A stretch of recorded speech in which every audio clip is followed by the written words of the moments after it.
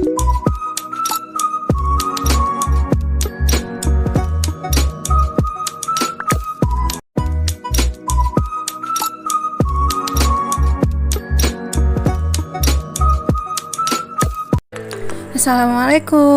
UTS Pengantar Manajemen Dela Humairah NIM 210304246 kelas 2 Rek AMGT 5.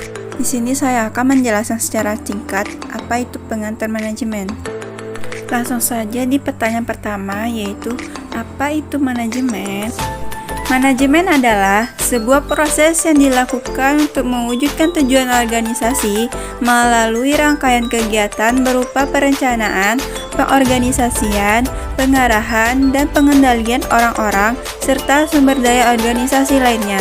Seni atau proses dalam penyelesaian sesuatu yang terkait dengan pencapaian tujuan menurut Ernie dan Kurniawan 2005. Pertanyaan kedua, apa sih perbedaan organisasi dengan manajemen?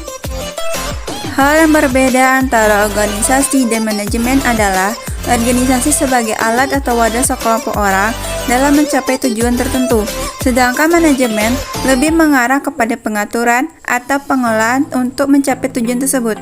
Adapun persamaan dari organisasi dan manajemen ialah sama-sama memiliki sasaran dan tujuan tertentu yang ingin dicapai. Apa saja fungsi-fungsi manajemen? Fungsi-fungsi manajemen yang pertama yaitu perencanaan. Proses yang menyangkut upaya yang dilakukan untuk mengantisipasi kecenderungan di masa yang akan datang dan penentuan strategi yang tepat untuk mewujudkan target dan tujuan organisasi. Yang kedua, pengorganisasian. Proses yang menyangkut bagaimana strategi yang telah dirumuskan dalam perencanaan didesain dalam struktur organisasi yang tepat dan tangguh, sistem dan lingkungan yang kondusif, dan bisa memastikan bahwa semua pihak dapat bekerja secara efektif dan efisien. Yang ketiga, pengimplementasian. Proses pengimplementasian program agar bisa dijalankan oleh seluruh pihak dalam organisasi, serta proses memotivasi agar semua pihak dapat menjalankan tanggung jawabnya baik. Yang keempat, pengendalian atau pengawasan. Proses yang dilakukan untuk memastikan seluruh rangkaian kegiatan yang telah direncanakan, diorganisasikan, dan diimplementasikan bisa berjalan dengan sesuai target yang ingin dicapai. Sebutkan apa saja fungsi operasional dari manajemen serta jelaskan. Fungsi operasional dari manajemen. Yang pertama, manajemen SDM. Penerapan manajemen berdasarkan fungsinya untuk memperoleh SDM terbaik bagi bisnis. Yang kedua, manajemen pemasaran. Pada intinya, berusaha untuk mengidentifikasi apa yang dibutuhkan oleh konsumen. Yang ketiga, manajemen keuangan. Berdasarkan fungsinya, ia memastikan bahwa kegiatan bisnis yang dijalankan mampu mencapai tujuan secara ekonomis yang diukur berdasarkan profit. Yang terakhir, manajemen produksi atau operasional. Penerapan manajemen berdasarkan fungsinya untuk memperoleh SDM terbaik bagi bisnis. Fungsinya untuk menghasilkan dan memastikan produk sesuai standar yang ditetapkan dengan teknik produksi yang seefisien mungkin. Jelaskan secara singkat secara ilmu manajemen. Secara ilmu manajemen, peninggalan fisik sebagai ciri adanya implementasi ilmu manajemen, seperti piramida di Mesir, bangunan Ka'bah di Mekah, tembok Cina, dan lain sebagainya. Peninggalan fisik tersebut menggambarkan adanya aktivitas yang teratur dan bertahap di masa lalu yang saat ini dinamakan manajemen. 3 kelompok pemikiran terdahulu dalam ilmu manajemen. Yang pertama, perspektif manajemen klasik, yaitu kelompok manajemen ilmiah atau scientific. Yang kedua, perusahaan manufaktur, bank umum, perusahaan asuransi, perusahaan retail, dan lain-lain. Yang ketiga, kelompok manajemen administrasi. Yang kedua, perspektif manajemen perilaku, yaitu studi Hawthorne. Yang kedua, teori relasi manusia. Yang ketiga, teori perilaku kontemporer. Yang ketiga, perspektif manajemen kuantitatif, yaitu kelompok manajemen sains. Yang kedua, kelompok manajemen operasi. Kesimpulan mengenai perspektif manajemen klasik. Kontribusi manajemen klasik. 1. Spesialisasi pekerjaan. 2. Studi mengenai masa dan beban kerja. 3. Metode ilmiah dalam manajemen. 4. Dikenalnya fungsi-fungsi manajemen. 5. Prosedur dan birokrasi. Keterbatasan manajemen klasik. Kurang memperhatikan aspek kemanusiaan dari pekerja seperti motif, tujuan, perilaku, dan lain sebagainya. Jelaskan peran manajer dalam organisasi dan apa saja yang dilakukan seorang manajer.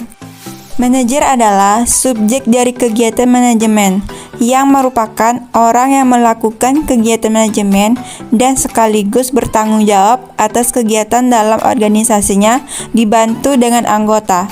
Yang dilakukan seorang manajer yaitu manajer bertanggung jawab dan mempertanggungjawabkan. Selanjutnya, manajer memadukan dan menyeimbangkan tujuan-tujuan yang saling bertentangan dan menetapkan prioritas-prioritas. Yang terakhir, manajer harus berpikir secara analitis dan konseptual. Jelaskan manajer fungsional dan umum.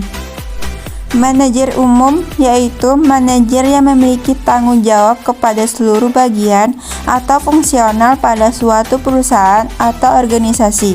Manajer pemimpin beberapa unit bidang fungsi pekerjaan yang mengelapai beberapa atau seluruh manajer fungsional. Manajer fungsional. Manajer fungsional adalah manajer yang memiliki tanggung jawab pada suatu bagian fungsional perusahaan atau organisasi saja dan tidak ikut campur pekerjaan fungsional pada bagian lain. Keahlian-keahlian dalam manajemen ada 5, yaitu keahlian teknis, keahlian pengambilan keputusan, keahlian berkomunikasi, keahlian konseptual, dan yang terakhir keahlian mengelola waktu. Kegagalan yang sering terjadi yaitu komunikasi yang buruk, gagal dalam mendengar atau memahami, keahlian interpersonal yang buruk, memperlakukan karyawan sebagai instrumen, yang terakhir gagal menjelaskan arah dan ekspektasi kinerja. Jelaskan lingkungan dalam bisnis. Lingkungan bisnis terdapat 2 faktor, yaitu faktor internal, segala sesuatu yang ada di dalam organisasi atau perusahaan tersebut dan dapat mempengaruhinya. Faktor ini biasanya digunakan untuk menentukan kekuatan dan mengetahui kelemahan perusahaan. Contoh, tenaga kerja, uang, kredit modal, hubungan internasional, peralatan atau perlengkapan, metode, dan ilmu pengetahuan. Faktor eksternal, segala sesuatu di luar batas organisasi atau perusahaan yang mungkin tidak langsung ke kegiatan perusahaannya tersebut. Contoh, hukum, kependudukan, perekonomian, pendidikan, dan kebudayaan. Yang terakhir, sosial dan budaya. Peran lingkungan dalam organisasi bisnis. Yang pertama, peran berorientasi terhadap kebijakan. Yang kedua, peran berorientasi pada perencanaan strategi bisnis terpadu. Yang ketiga, peran berorientasi fungsi. Lingkungan dan budaya organisasi dan bisnis internasional. Pengertian lingkungan bisnis internasional merupakan lingkungan yang lebih luas dari sebuah negara yang memperhatikannya akan mempengaruhi kegiatan perusahaan, terutama jika perusahaan melakukan kegiatan bisnis internasional, yaitu transaksi bisnis yang melibatkan lebih dari satu negara. Pengertian budaya organisasi. Budaya organisasi adalah karakteristik dan pedoman yang dianut oleh para anggota organisasi atau kelompok usaha tertentu. Perannya untuk mendorong dan meningkatkan efektivitas panjang. Pengertian bisnis internasional. Bisnis internasional merupakan sebuah kesatuan yang terdiri dari segala bentuk transaksi komersial yang dilakukan oleh 2 negara atau lebih. Tanggung jawab sosial dan etika manajemen.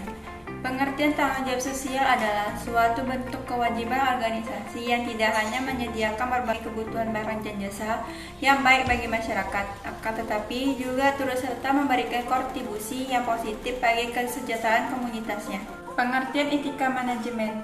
Etika manajemen adalah sekumpulan standar, kepercayaan, dan juga pemikiran manusia atas tindakan yang dilakukannya pada sebuah organisasi yang dapat menimbulkan manfaat atau kerugian bagi organisasi atau perusahaan. Sekian dari presentasi saya, semoga bermanfaat. Terima kasih. Assalamualaikum warahmatullahi wabarakatuh.